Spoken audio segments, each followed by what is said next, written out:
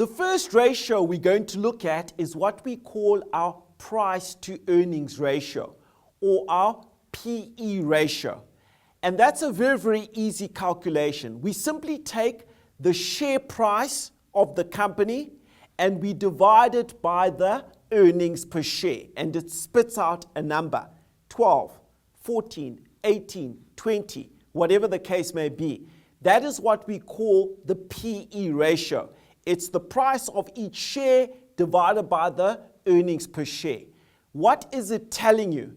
It's basically saying, if you've got a PE ratio of, let's say, 15, if you buy this share at this price, at its current earnings rate, it's going to take 15 years for this share to earn what you have paid for it.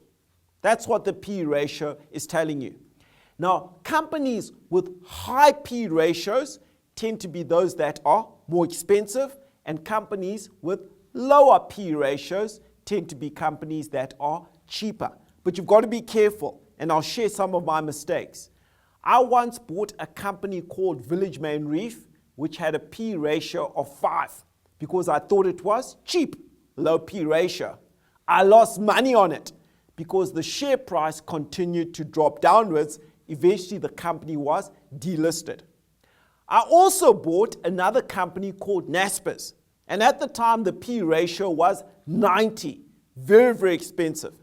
I actually made money off that because the share price continued to accelerate upwards. So this PE ratio gives us an indicative, a snapshot, but there's a reason why some companies are cheap and there's a reason why some companies are expensive. Let's do an example.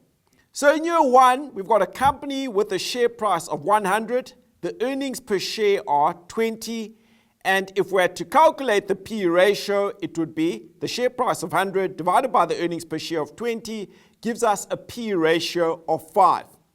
In the second year, the share price is 200. The earnings per share are 10.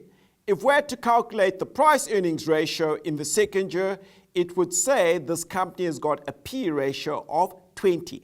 It is definitely more expensive in the second year than it is in the first year.